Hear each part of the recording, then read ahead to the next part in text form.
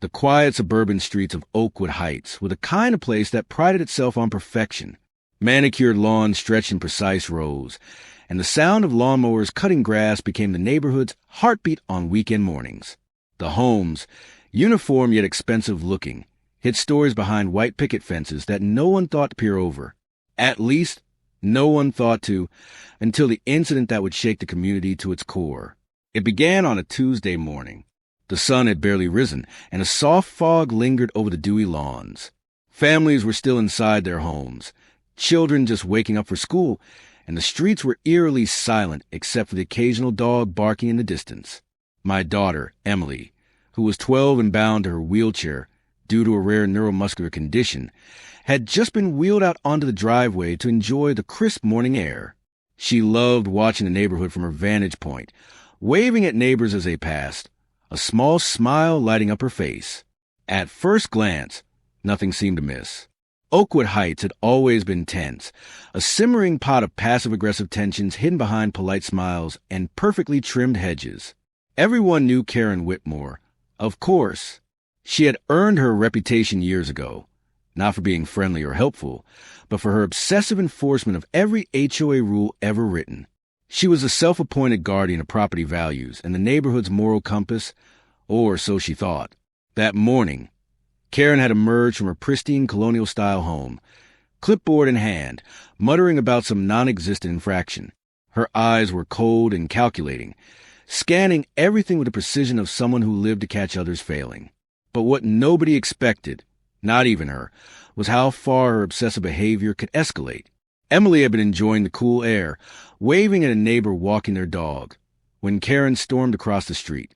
Her face was flushed, her lips pressed into a thin, tight line, eyes flashing with irritation at a mailbox she claimed was improperly aligned. There was no preamble, no warning, only a sharp, accusatory gesture toward Emily's driveway.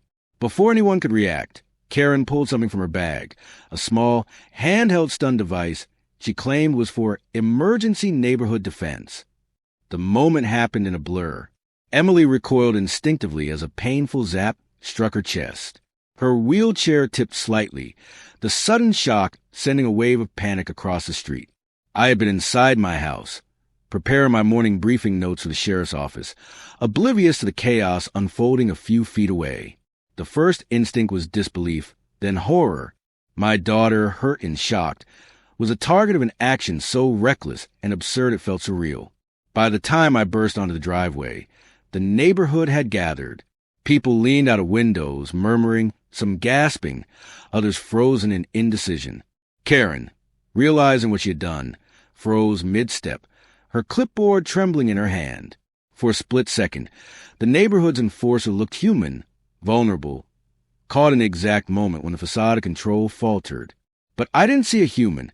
I saw the danger my child had just faced. My training as county sheriff kicked, and immediately, adrenaline surged, and every ounce of authority, honed over years of enforcing the law, took over. I approached slowly, hands visible, voice steady but firm, demanding she drop the device. Karen's eyes widened as she realized she had not just overstepped. She had crossed a line she could never recover from. Paramedics were called. Neighbors hovered uncertainly, and the air was thick with tension. As Emily was examined, her small frame trembling but thankfully uninjured beyond shock, Karen stood frozen, unable to comprehend the gravity of her actions. The county sheriff arriving at the scene wasn't a figure of myth or rumor. It was her neighbor, the very person who enforced the law she had always professed to respect, but never truly feared. Even as the ambulance drove away, the quiet of Oakwood Heights was broken forever. Whispers spread rapidly. The HOA self-appointed queen had just attacked a disabled child. Social media feeds lit up, neighbors took sides, and the cracks in the seemingly perfect community deepened. No one in Oakwood Heights had ever seen Karen so shaken, and no one had ever witnessed my professional side, the authority that commanded respect and fear. That night, the house was quiet, but my mind raced. This wasn't just about a shocking, reckless act. It was about the neighborhood itself, the unchecked power some residents wielded, and the danger that came from complacency. I couldn't sleep, going over every detail, replaying the image of Emily recoiling, Karen frozen, the clipboard clattering to the ground. It wasn't merely an HOA dispute anymore. It was criminal behavior right on my doorstep, and it had personal stakes. Tomorrow, I knew, would bring confrontation. Notices, accusations, community outrage. The HOA board would scramble to cover up the scandal. Neighbors would gossip endlessly, and Kara would try to assert control again. But I wasn't just another parent or resident. I was the sheriff. And this wasn't a simple HOA disagreement. It was a lesson about boundaries, authority, and consequences. As the night deepened, I stared out the window at the rows of perfectly trimmed hedges and identical houses. Everything looked normal, too normal, as if the neighborhood itself was holding its breath. But beneath that quiet, the storm had already begun.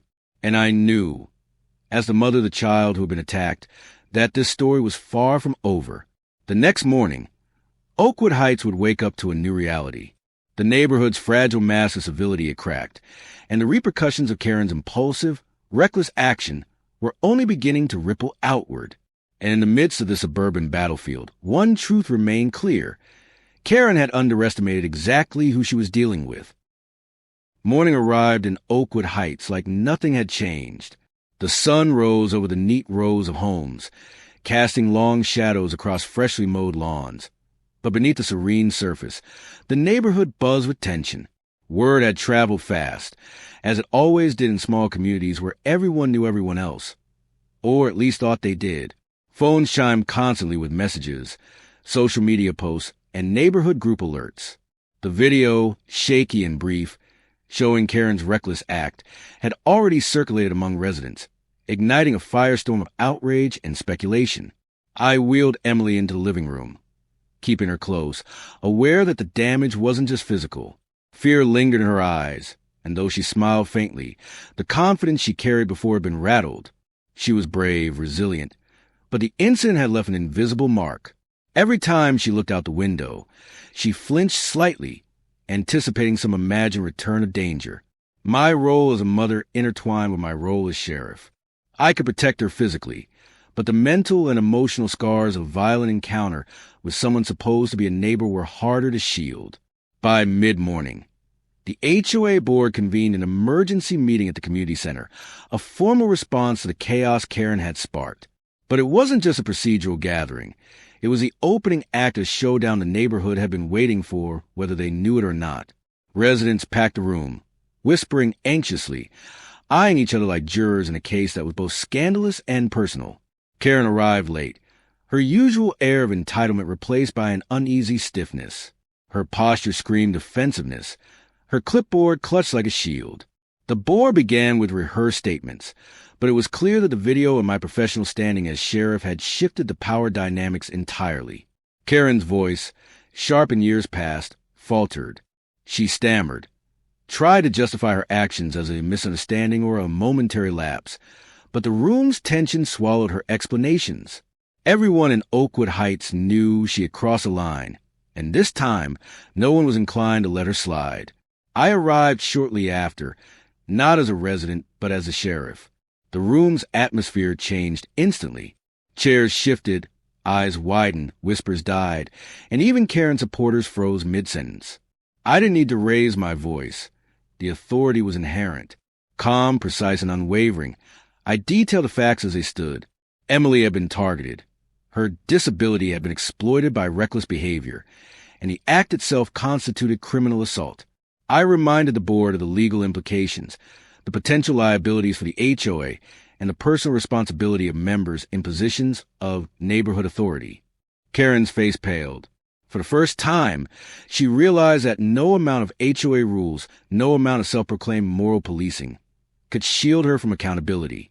The meeting ended with a firm decision. Karen would face criminal charges for her actions. The board had no choice but to comply, and murmurs of relief rippled through the room. Residents exchanged looks of validation, some quietly whispering their long-held frustrations about Karen's tyrannical behavior over the years. Back at home, Emily's wheelchair rolled across the polished floors, her hands gripping the sides tightly. She had followed the meeting from afar through my brief updates and news alerts, absorbing the outcome with cautious hope. The fear that clouded her eyes slowly lifted, replaced with a sense of security she hadn't felt since the incident. I reminded her that justice wasn't about revenge, but about protection and accountability. Today, the scales had tipped in her favor. The days stretched on with an uneasy mix of normalcy and residual tension. Neighbors approached, some with apologies, some with curiosity, others with admiration for the calm yet firm way the incident had been handled. Oakwood Heights, long a picture of superficial perfection, had been exposed for its fragility, its simmering resentments, and the dangerous obsession of a few individuals with control. The community was forced to confront itself and its values, and in doing so, it had begun a slow, uncomfortable process of reckoning. As evening fell, I wheeled Emily to the front porch to watch the sunset. The sky glowed with streaks of amber and rose, a sharp contrast to the events of the day. There was still tension in the air, but the immediate threat had been neutralized. Karen's presence in the neighborhood now carried the weight of legal accountability and public scrutiny. The once dominant figure of authority had been brought low, and Oakwood Heights would never look at its meticulously ordered streets the same way again. We stayed there quietly for a long time, the hum of distant traffic and the occasional bark of a dog filling the silence.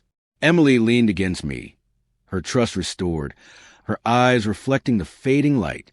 It was a simple moment, but monumental. The neighborhood had been shaken to its core, and the consequences of recklessness had been made painfully clear. Justice, accountability, and a reminder of real-world stakes had replaced the petty games of control that had long dominated Oakwood Heights. For now, the storm had passed, leaving a neighborhood forever changed and a family that had faced danger head-on, emerging stronger, wiser, and closer than ever. And though the battle with Karen wasn't entirely over, legal processes, hearings, and community fallout would continue. The immediate danger had been removed. Oakwood Heights could begin to heal, and